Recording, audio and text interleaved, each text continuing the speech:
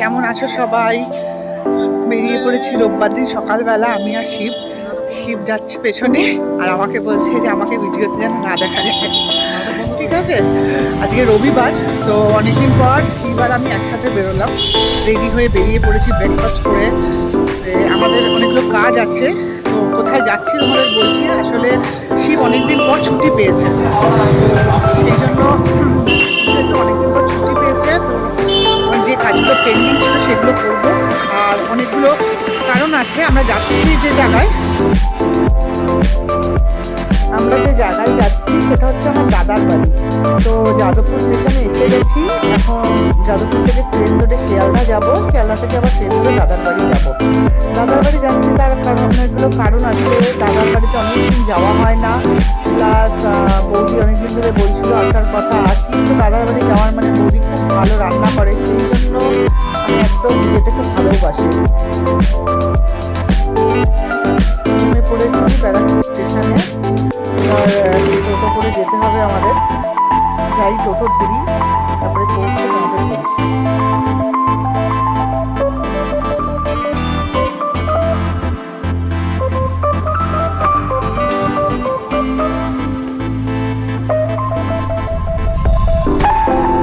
ব্যারাকপুর যেহেতু একটু শহরতলিতে, তো আমার হাজবেন্ড অলওয়েজ বলে যে ব্যারাকপুর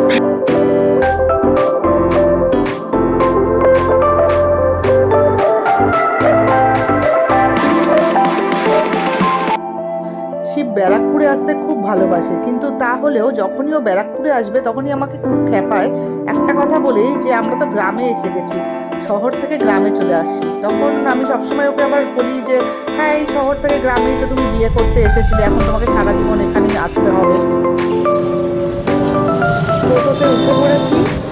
টোটো থেকে এই 10 মিনিট মতো লাগবে। চন্দনপুকুর বাজারে আমার দাদার বাড়ি, ব্যারাকপুর চন্দনপুকুর বাজারে চলেও আসলাম।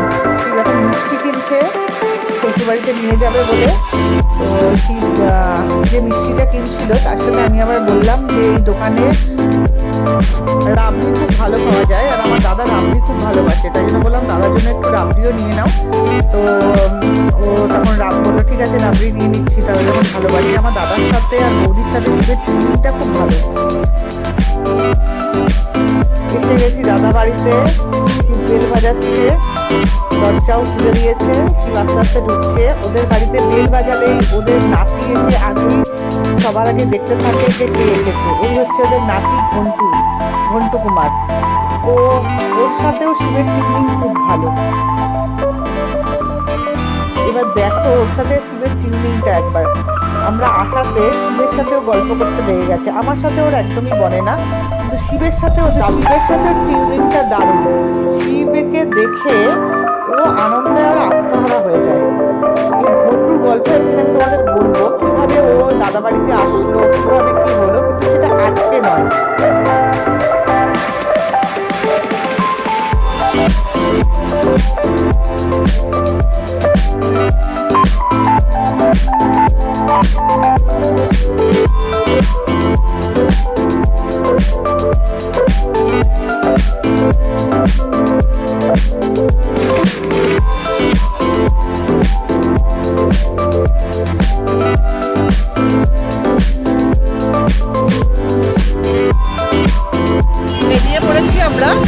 ব্যারাকপুরে এসে দাদা বাড়িতে এসেই চাটা খেয়ে আমরা বেরিয়ে পড়েছি। আমি, মা, দাদা, ওই আমার বৌদি হাই করছে তোমাদের। আমার বৌদি খুব স্টাইলিশ। বৌদি সম্পর্কে পরে তোমাদের একটা ডিটেলসে ভিডিও বানাবো। আর আমার বর চলে এসেছে। আমার বর তো বলছে যে এখানে বরফ পড়বে। যে কারণে আমরা এখানে এসেছি সেটা এবার জানাই। আমরা এসেছি ব্যারাকপুরে দেবপুকুর বলে একটা জায়গা আছে, সেই জায়গায় কালীবাড়ি আছে, দেবপুকুর কালীবাড়ি। ওখানে প্রত্যেক বছর জানুয়ারি মাসের প্রথম রবিবার বাৎসরিক পুজো হয়। এই বাৎসরিক পুজোর সাথে ওদের অন্নকূট হয় এবং একদিনের একটা মেলা হয়। এই জায়গাটা না একদম গ্রামের মধ্যে, মেলাটা হয় একদিনের গ্রামের মেলা, আর অন্নকূট হয়। তো খুব সুন্দর, মানে প্রতি বছর আমরা আসি। খুব সুন্দর পরিবেশ, খুব সুন্দর, মানে দারুণ ব্যাপার। আমি তো যাচ্ছি, তোমাদের পুরোটা দেখাবো। আর মন্দিরটাও খুব জাগ্রত। মন্দিরটা কিন্তু খুব বেশি দিন হয়নি, আমি এক্সাক্ট জানি না কতদিন হয়েছে বলো তো। অনেক বছরের, তাও মানে মোটামুটি 20-25 বছর হবে, বেশি হয়তো। 35, তো বৌদি বলছে 30-35 বছরের মন্দির। তো খুব জাগ্রত মন্দিরটা। সেই অন্নকূটটা দেখার জন্য আমরা প্রত্যেক বছরই আমরা রোববার দিন এখানে আসি, জানুয়ারি মাসে ফার্স্ট সানডেতে হয়। তো তোমাদের আমি দেখাচ্ছি ডিটেলসটা, এবং অ্যাড্রেসটাও ডিটেলসটা বলে দেবো। যদি এই বছর নাও তোমরা আসতে পারো, পরের বছর যদি সম্ভব হয় তাহলে অবশ্যই এসো। আমি যাই, গিয়ে তোমাদের দেখাচ্ছি। মা আর ছেলে পাশাপাশি বসে পড়েছে টোটোর মধ্যে, আর শিব সামনে বসেছে। শিব তো বলছে ব্যারাকপুরে এবার বরফ পড়বে।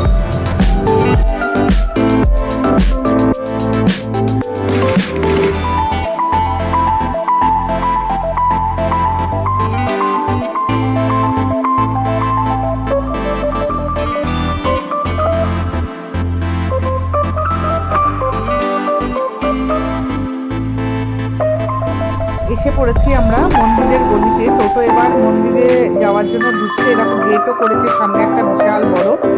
তো আমি যেহেতু ডান দিকে বসেছি, সামনে বসলে ভালো করে দেখাতে পারতাম। পুরো গ্রামের মধ্যে তো এই মন্দিরটা, গ্রামের রাস্তা দিয়ে যাচ্ছে, অনেকটাই চলে এসছে। তো মন্দিরের সামনে পর্যন্ত আজকে টোটো যেতে যায় না, যেহেতু মেলা বসে। অনেকটা আগেই আমরা নেমে যাবো আজকে। সাগিদের গাড়ি করে আমরা চলে এসেছি মন্দিরের সাথে। সাগিদ মুখটাকে ঢেকে রেখেছে, ওর নিজেকে দেখাতে চাইছে না। এই মুখটা হলো, মুখটা হলো। এই যে সাগিদের গাড়ি করে চলে এসেছি আমরা। সাগিদ মুখ খুলে দিয়েছে, এখন আমরা মেলাতে ঢুকেছি।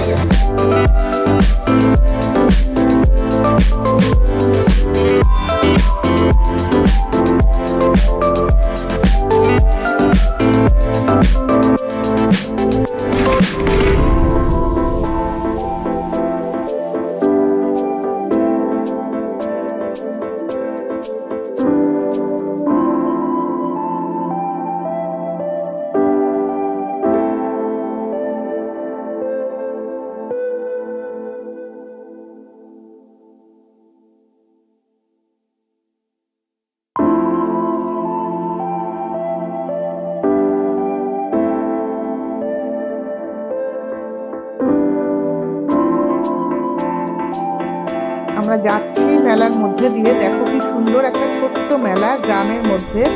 দুদিকে কি সুন্দর দোকানগুলো বসেছে, আর এত সুন্দর সুন্দর জিনিস, মনে হচ্ছে যা দেখি তাই কিনে নিই। যাই হোক, মন্দিরের কাছাকাছি চলেও এসেছি আমরা এবার মেলাটাতে ঘুরে ঘুরে। এত সুন্দর সুন্দর জিনিস, শহরের অনেক মেলাতেই যাই, কিন্তু না এইরকম এই যে গ্রামের মেলার যে এত সৌন্দর্য, মানে এত মাধ্যমে কি বলে, আমি বাংলাটা তো না ওটা বলতে পারি না, বাট এত সুন্দর জিনিসটা যে বলতে পারবো না। এত ভালো লাগছে গ্রামের মধ্যে শীতকালে এরকম একটা মেলায় এসেছি, খুব ভালো লাগছে।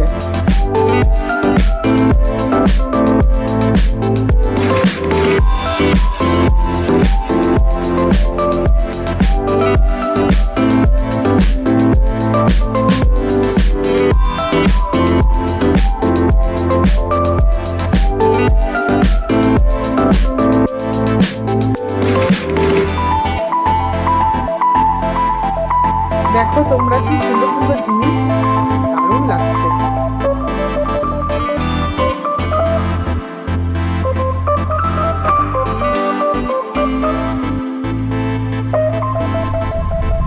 এসে পড়েছি মন্দিরের একদম সামনে।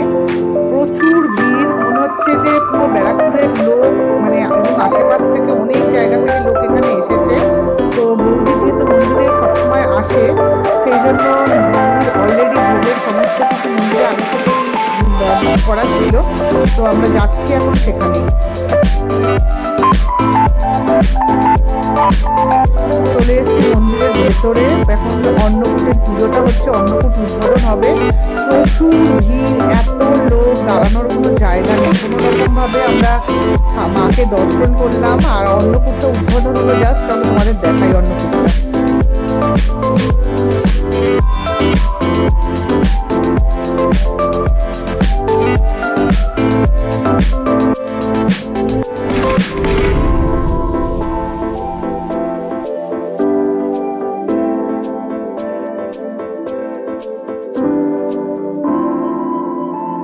দেখো এখানে কি সুন্দর করে অন্নকূট উদ্বোধন হয়েছে, এই মাত্রই জাস্ট করেছে। কত সুন্দর করে ওরা সাজিয়েছে জায়গাটাকে, এত সুন্দর করে সাজিয়েছে। যদি সম্ভব হয় এবছর যারা আসতে পারোনি, পরের বছর অবশ্যই এখানে এসো। এত সুন্দর লাগছে, মানে এত ভালো লাগছে মন্দিরে এসে, এর একটা আলাদাই ব্যাপার আছে, আলাদাই মানে এটা না ঠিক মুখে বলে মানে বলা যাবে না, এসে এটাকে ফিল করতে হবে।